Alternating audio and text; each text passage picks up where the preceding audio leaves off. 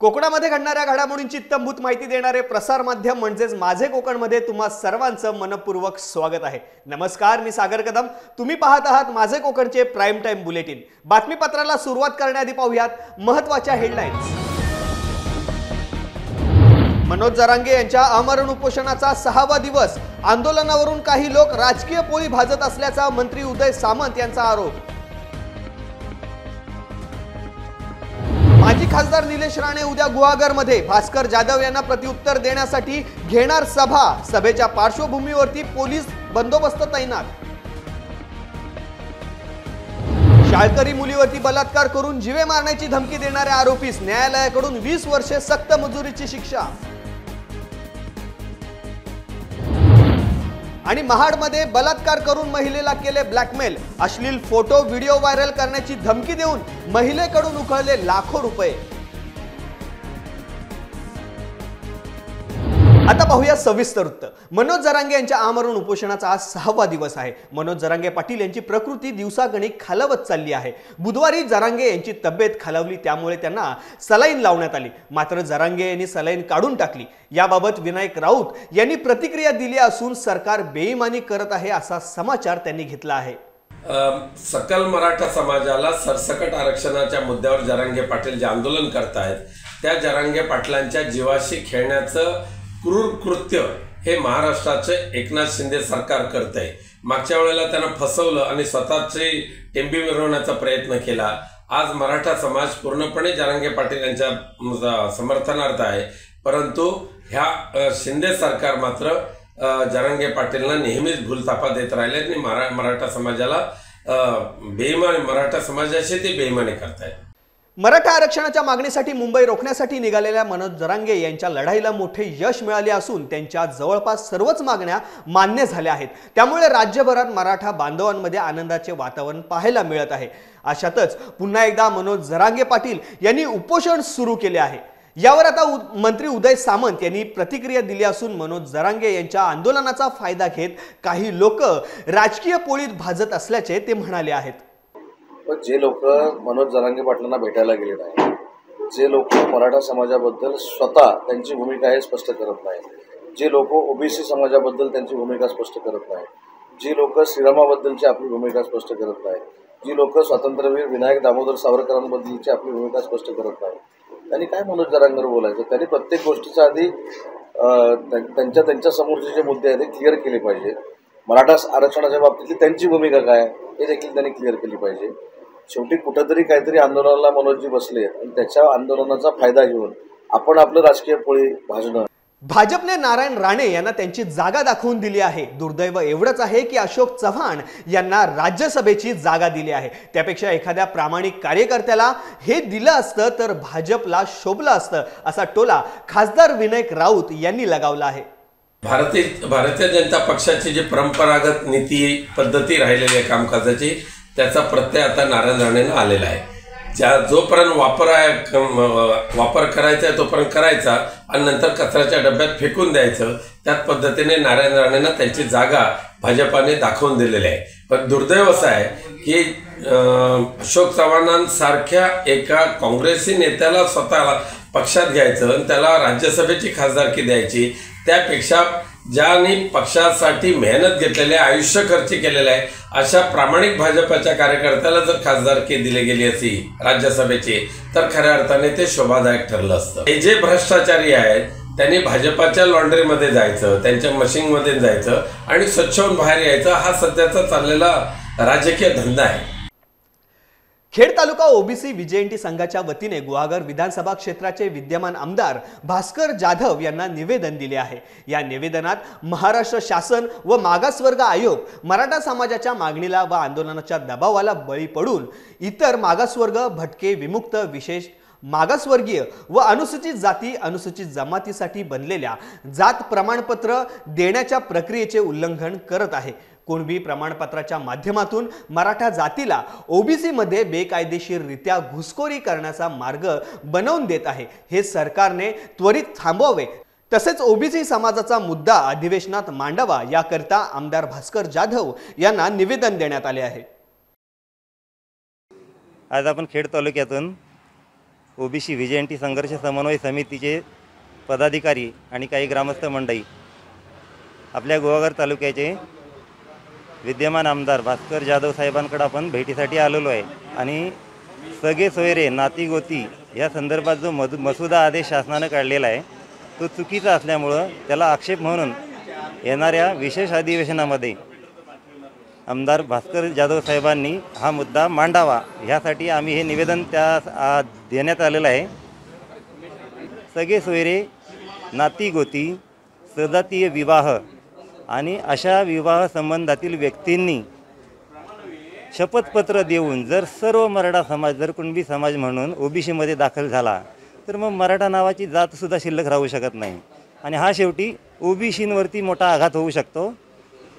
आणि असंच जर असेल तर मग केंद्र शासनाने आणि राज्य सरकारनं ठरवून हे सगळं आरक्षणच रद्द करावं जेणेकरून आम्ही तरी स्वाभिमानानं मागासवर्गीय न राहता खुल्या वर्गाचेही राहू असे आमची मनापासून अपेक्षा आहे। कोणालाही आरक्षण देऊ नका। आम्ही सन्माननीय गुहागर विधानसभा क्षेत्राचे आमदार माननीय भास्कर शेटजी जाधव साहेब यांच्याकडे ओबीसीच्या संदर्भात निवेदन देण्यासाठी सर्व या ठिकाणी ओबीसी कार्यकर्ते उपस्थित आहोत। निवेदन आमचं जाधव साहेबांनी स्वीकारलेलं आहे आणि त्यांनी निवेदन स्वीकारताना ते परिपूर्ण त्याचं वाचन देखील केलेलं आहे। आमची अपेक्षा त्यांच्याकडून आहे की या निवेदनामध्ये आजपर्यंत 3 राष्ट्रीय आयोग आणि 5 राज्य आयोग यांनी जो निकाल दिलेला आहे त्या निकालाप्रमाणे सरसकट कुणबी जातीचे प्रमाणपत्र देऊन ओबीसीमध्ये समाजाला अंतर्भूत करणं हे ओबीसी समाजावर अन्यायकारक होईल। तसं न होताना मराठा समाजाला स्वतंत्र आरक्षण मिळावं त्यांना आरक्षणाचा लाभ मिळाला पाहिजे ही आमची प्रामाणिक सर्वांची इच्छा आहे। तरी तसं त्या प्रकारे विधानसभेमध्ये हे मुद्दे मांडण्यात यावेत आणि मराठा समाजाला स्वतंत्र आरक्षण मिळावं मात्र ओबीसीच्या आरक्षणाला कुठल्याही प्रकारचा धक्का लागणार नाही याची काळजी त्यांनी घ्यावी ही आमची सर्व ओबीसी बांधवांकडून अपेक्षा आहे। शिवसेना नेते माजी मंत्री भास्कर जाधव यांच्या गुहागर मतदारसंघात उद्या माजी खासदार निलेश राणे सभा घेणार आहेत। काही दिवसांपूर्वी उद्धव ठाकरे हे कोकण दौऱ्यावरती होते। यावेळी आमदार भास्कर जाधव यांनी कणकवलीमध्ये जात राणे कुटुंबियावरती जोरदार टीका केली होती। आता त्यानंतर निलेश राणे हे स्वतः गुहागरमध्ये येऊन गुहागर मतदारसंघात जाहीर सभा घेणार आहेत। या सभेकडे सर्वांचेच लक्ष लागले असून प्रशासनाच्या हालचालींना देखील वेग आला आहे। गुहागरमध्ये देखील अनेक महत्त्वाच्या ठिकाणी पोलीस बंदोबस्त तैनात करण्यात आला आहे। राज्यसभेची निवडणूक बिनविरोध होण्याची आता केवळ औपचारिकताच उरलेली आहे। भाजप आपला चौथा उमेदवार देऊन काँग्रेसची चिंता वाढवेल अशी शक्यता होती मात्र भाजपने चौथा उमेदवार देणार नसल्याचं जाहीर केलं आहे। त्यावर आता उद्योग मंत्री उदय सामंत यांनी प्रतिक्रिया दिली आहे। पाहूयात काय म्हणाले आहेत उदय सामंत। भारतीय जनता पक्षानं 3 जागांसाठी अर्ज भरलेला आहे। शिवसेनेनं 1 जागेसाठी अर्ज भरला आहे। काँग्रेसनं 1 जागेसाठी भरला आहे आणि राष्ट्रवादी काँग्रेस पक्षाने 1 जागेसाठी भरला। आजची कदाचित शेवटची तारीख आहे। किती वाजेपर्यंत मला वेळ आहे? 5 वाजेपर्यंत वेळ असेल। त्याच्यानंतर निश्चित होईल की बिनविरोध होते की होणार नाही। बिनविरोध झाली तरी आनंद आहे, बिनविरोध नाही झाली तरी आपण जिंकण्याचा कॉन्फिडन्स आहे। त्याच्यामुळे बिनविरोध करायची की नाही हा सगळा निर्णय नेते मंडळींवर आहे आणि 5 वाजता आपल्याला कळेल की बिनविरोध होते की नाही होत आहे। मला असं वाटतं नारायणराव राणेंबद्दल एवढी सहानुभूती पूर्वक बोलण्याचं काही कोणाला गरज नाही। राणेसाहेब केंद्रातले मंत्री होते आहेत, भाजपाचे ते नेते आहेत। भाजप म्हणून राणेसाहेबांना काय द्यायचं काय नाही द्यायचं हा भाजपचा प्रश्न आहे। परंतु एक निश्चित आहे की खासदारकीच्या निवडणुकीनंतर पुन्हा एकदा देशाचे पंतप्रधान हे नरेंद्र मोदी साहेबच होणार आहे। काळ्या दगडावरची रेघ आहे। पनवेल महानगरपालिका हद्दीतील विविध विकास कामांचे भूमिपूजन समारंभ 14 फेब्रुवारी रोजी राज्याचे उद्योग व रायगडचे पालकमंत्री उदय सामंत यांच्या हस्ते कळंबोली येथे संपन्न झाले। या समारंभाच्या अध्यक्षस्थानी राज्याचे सार्वजनिक बांधकाम मंत्री रवींद्र चव्हाण हे उपस्थित होते। या समारंभात पुण्यश्लोक अहिल्यादेवी होळकर सभागृह बांधकाम, खारघर नोडमधील विविध रस्त्यांचे काँक्रिटीकरण व पुनर्पुष्टीकरण, कळंबोली नोडमधील विविध रस्त्यांचे काँक्रिटीकरण व पुनर्पुष्टीकरण, महानगरपालिका मुख्यालय लगतच्या रस्त्यांचे काँक्रिटीकरण व उन्नतीकरण, पनवेल शहरातील स्वामी नारायण मार्गाचे काँक्रिटीकरण, मलप्रक्रिया केंद्र व विकास कामांचे भूमिपूजन संपन्न झाले। आजच्या कार्यक्रमाच्या निमित्ताने त्यांनाही खूप खूप शुभेच्छा देतो आणि हा देखणा कार्यक्रम पनवेल महानगरपालिका आणि त्याचबरोबर या भागातील लोकप्रिय आमदार आदरणीय प्रशांतजी ठाकूर यांच्या नेतृत्वामध्ये आणि त्यांच्या देखरेखीखाली ही पनवेल महानगरपालिका येणाऱ्या काळामध्ये अतिशय विकासात्मकदृष्ट्या अतिशय सुदृढ हो एवढीच सर्वांच्या वतीने विनंती करतो। गणेशजी, महत्त्वाची गोष्ट आहे की तुम्ही प्रामाणिकपणानं काम करताय, लोकांपर्यंत लोकप्रतिनिधींनी सांगितलेला विचार विकास कामं पोचवताय, हे शासनाच्या दृष्टीनं अतिशय महत्त्वाचं आहे। ते म्हणाले की रवींद्र चव्हाण साहेबांनी निधी उपलब्ध करून दिला, आदितीताईंनी निधी उपलब्ध करून दिला आणि उदय सामंतांनी करून द्यावा। कदाचित त्यांचा एखादा कागद इकडे तिकडे झाला असेल म्हणून जरा फक्त सांगतो, मागच्या वर्षी पनवेल महानगरपालिकेला DPCतून 16 कोटी रुपये दिले, यावर्षी 26 कोटी रुपये दिले आणि पुढच्या वर्षी 36 कोटी रुपये आपल्याला मिळणार आहेत, याची नोंद देखील गणेश देशमुखांनी घेतली पाहिजे। आणि अजून एक आनंदाची बातमी प्रशांतजी तुम्हाला आणि विशेषतः पनवेलवासियांना सांगतो की आपल्या सगळ्यांच्या आशीर्वादानं मी आज उद्योग मंत्री म्हणून या राज्यामध्ये काम करतोय, परंतु देशातलं सगळ्यात मोठं ट्रेनिंग सेंटर, महेशजी, देशातला जबाबदारीनं सांगतोय, देशातलं सगळ्यात मोठं training centre with 5 star hotel जर MIDC मार्फत 1700 कोटी रुपये खर्च करून कुठं होत असेल तर ते कळंबवलीमध्ये होतं आहे आणि तुमच्या संपूर्ण परिसरामध्ये होतं आहे। नवीन पनवेल चिखलीवरून चिपळूण येथे अवैध पद्धतीने खैराच्या झाडाची वाहतूक करणाऱ्या ट्रकसह खैराची लाकडे पनवेल वन विभागाने बुधवारी रात्री जप्त केली आहे। वन विभागाची ही मोठी कारवाई असून यात जवळपास लाखो रुपयांची खैराची लाकडे असल्याचे वन विभागाकडून सांगितले जात आहे। ही कारवाई बुधवारी उशिरा रात्री कळंबोली सर्कल जवळ ब्रिजवर करण्यात आली आहे। मुद्देमालासह 2 आरोपींना व वन विभागाने ताब्यात घेतले असल्याची माहिती देण्यात आली आहे। काल आम्हाला गुप्त बातमीच्या आधारे माहिती मिळाली होती की गुजरात राज्यातून वापी येथून खैराने भरलेला ट्रक येत आहे आणि त्याच्याकडे कोणत्याही परवाना नाही, निर्गत परवाना, फॉरेस्टचा जो TP पाहिजे तो, तर त्या आधारे आम्ही सापळा लावला आणि त्यामध्ये जेव्हा कळंबोली सर्कलला तर त्यावेळेस आरोपींनी तिथं म्हणजे त्यांना आम्ही तो ट्रक ताब्यात घेतला। त्यांच्याकडे माहिती घेतल्यानंतर त्यांनी सांगितले की आमच्याकडे त्याबाबत कोणतेही कागदपत्र नाही, पुरावा नाही, TP नाही। मग आम्ही पुढील चौकशीसाठी आमच्या कार्यालयामध्ये सदरचं वाहन मालासह आणि आरोपीचं यांना घेऊन आम्ही आलो आणि पुढे चौकशी केली। त्याच्या अनुषंगाने माल पूर्ण गाडीतला काढून त्याची पूर्ण मोजदाद घेतली आणि त्याच्या आधारे जवळजवळ 10,140 किलो माल आणि अंदाजे किंमत बाजारभावाच्या याच्यावर जवळजवळ 6 लाख रुपये किंमत आहे आणि ते यामध्ये 2 आरोपी आणि ड्रायव्हर आणि किलनर दोघांना ताब्यात घेतलेला आहे आणि आता त्यांना आज आम्ही कोर्टासमोर त्यांना हजर करतो। पेण एज्युकेशन सोसायटीच्या भाऊसाहेब नेने कला विज्ञान आणि वाणिज्य महाविद्यालय पेण जिल्हा रायगडमध्ये DLLE युनिट व NSS युनिट यांच्या संयुक्त विद्यमाने 14 फेब्रुवारी 2019 रोजी दहशतवाद्यांनी CRPF जवानांच्या ताफ्यावरती हल्ला केला होता। यामध्ये शहीद झालेल्या जवानांना श्रद्धांजली वाहण्यात आली।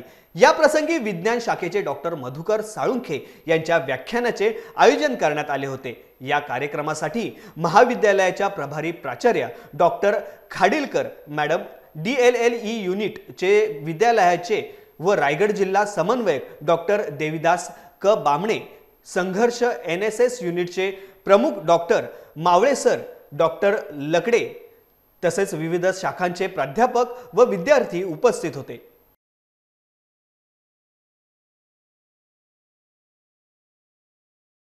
गेल्या काही वर्षापासून एका महिलेवरती वारंवार बलात्कार करून त्याचे मोबाईलद्वारे अश्लील व्हिडिओ व फोटो चित्रित करून ते मित्रांमध्ये व्हायरल करण्याची धमकी देऊन पीडित महिलेकडून लाखो रुपये उकळणाऱ्या मुख्य आरोपीसह अन्य 4 संशयित व्यक्तींवरती महाड पोलीस ठाण्यात गुन्हा दाखल करण्यात आला आहे।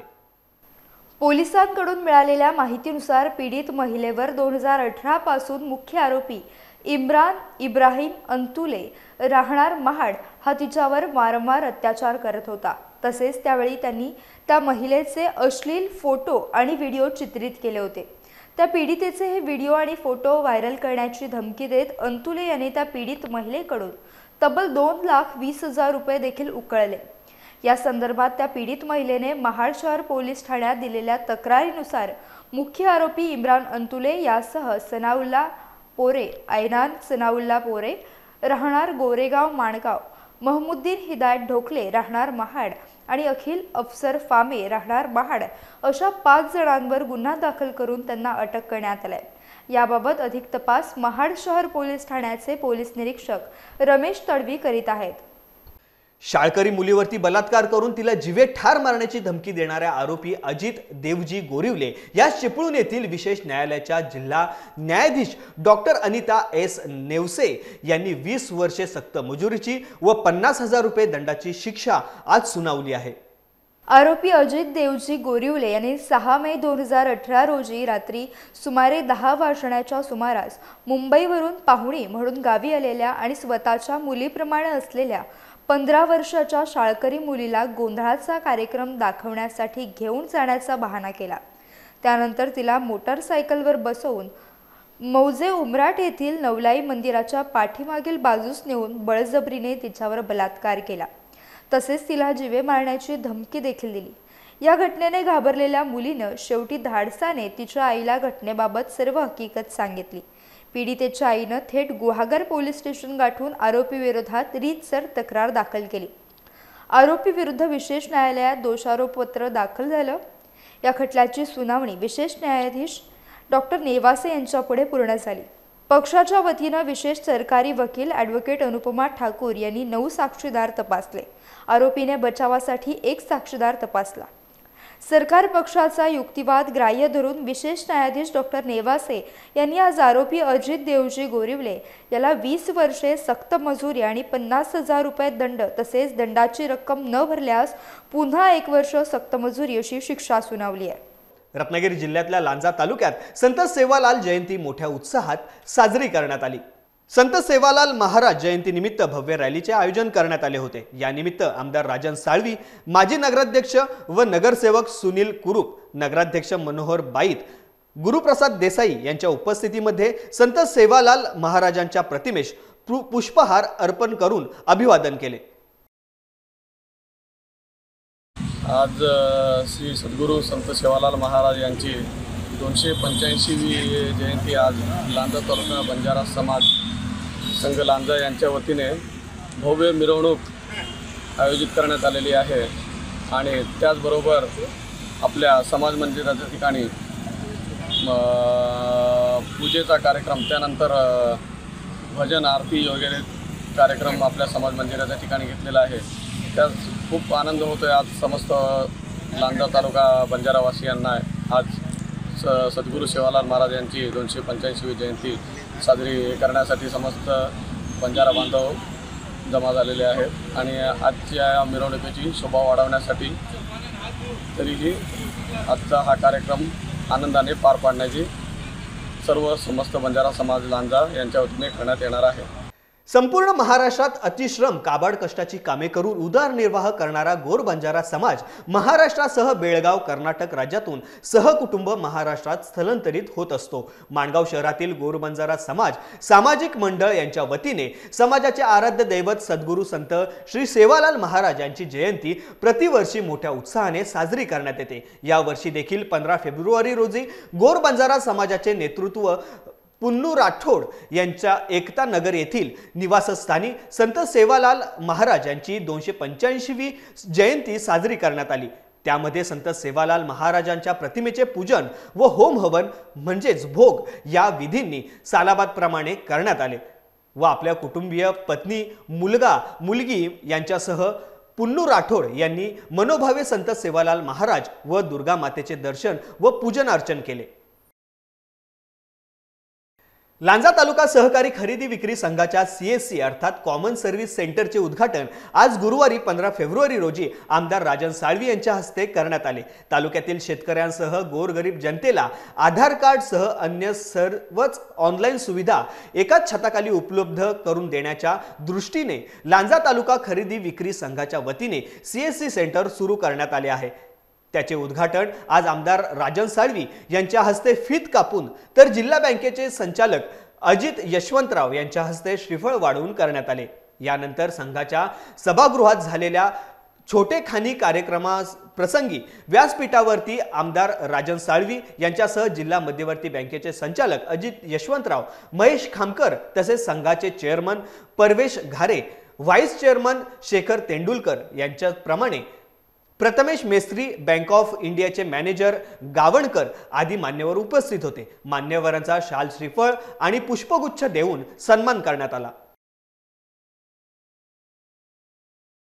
असेल तर गोविंदवंतच्या माध्यमातून हा सहकार रुजला, हा चिपळूण तालुक्यामध्ये असेल, त्या परिसरामध्ये असेल, सावर्ड्यामध्ये असेल, आणि मग त्या माध्यमातून सहकार म्हणजे काय तो तुम्हाला त्यावेळेला ओळख पटली। अजितरावांना तुम्हाला माहिती असेल की एखादी पतपेढी काढायची सुद्धा ती गोष्ट नव्हती त्या काळामध्ये। मला की काय नाही सहकार क्षेत्रामध्ये घुसलो नाही, अजितराव घुसले त्यामध्ये, पुन्हा त्यामध्ये घुसले त्यामध्ये सगळं मंडळी त्यांनी क्षेत्र वापरून घेतली पाहिजे। म्हणून आम्ही सुद्धा काय केलं, परवाच्या याच्यामध्ये जे लोकप्रतिनिधी म्हणू शकणार नाही अशा मंडळींना आम्ही संधी दिली। या बातमीसह आता बातमीपत्रामध्ये वेळ झाली इथेच थांबण्याची। कोकणात घडणाऱ्या घडामोडींची तंबूत माहिती मिळवण्यासाठी आणि अपडेट जाणून घेण्यासाठी तुम्ही पाहत राहा फक्त माझे कोकण।